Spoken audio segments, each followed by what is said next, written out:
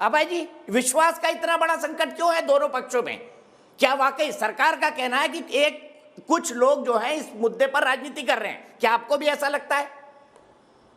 दीपक जी, देखिए, सरकार ने किसानों के विश्वास में विष का वास घोल दिया है, विश्वासघात किया है।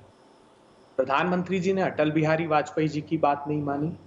प्रधानमंत्री जी ने किसानों की बात नहीं मानी। 3 काले क्रूर कानूनों को लेकर प्रधानमंत्री जी ने प्रतिपक्ष की बात नहीं मानी। खुद प्रधानमंत्री जी और तो और खुद वो मुख्यमंत्री रहते जो कहते थे वो बात नहीं मानी।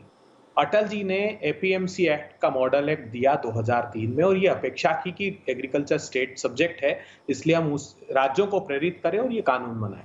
शरद पवार साहब ने इस दौरान 3 चिट्ठियां लिखी और ये मोदी जी स्वीकारते हैं पार्लियामेंट में। 2019 दिसंबर में दिया हुआ जवाब है। ये कानून के हूबहू सारे provision, establishment of private market, contract farming, provision of e trading, single point levy market, unified single trading license, सारे इंप्लीमेंटेड हैं।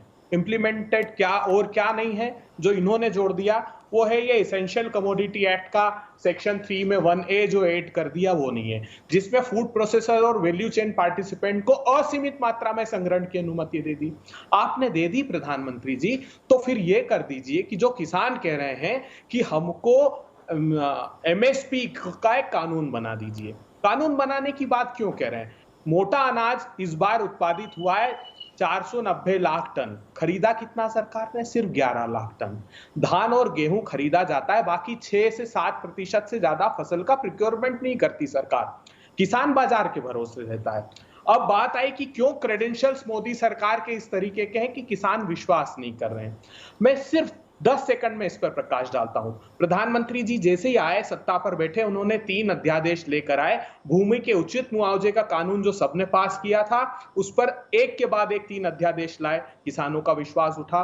दूसरा आदेश पारित किया कि देश भर में जो बोनस दिया जा रहा था धान और गेहूं पर, उनकी भी सरकारों द्वारा, वो भी सारा बंद करा दिया।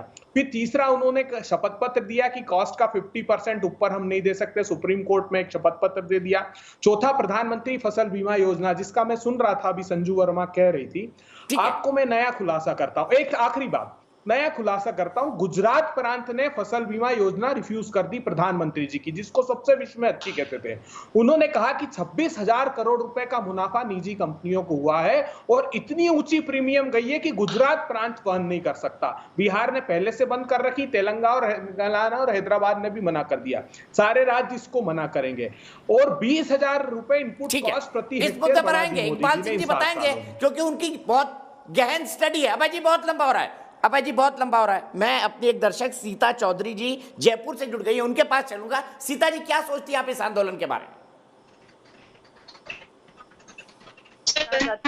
एक्चुअली में अगर हकीकत में देखा जाए तो ये किसानों का आंदोलन है ही नहीं। ये तो किसानों के, किसान आपको पता है सिर्फ गाँव में, भारत की अधिकांश आबादी 70% 80% आबादी गाँव में निवास करती है और गाँव के जो किसान होते हैं वो बिल्कुल भोले वाले होते हैं। वो भूमि का सीना चीर के अन्न, बहुत पसीना बहाकर, ना धूप देखते ना छांव देखते और अन्न पैदा करते हैं।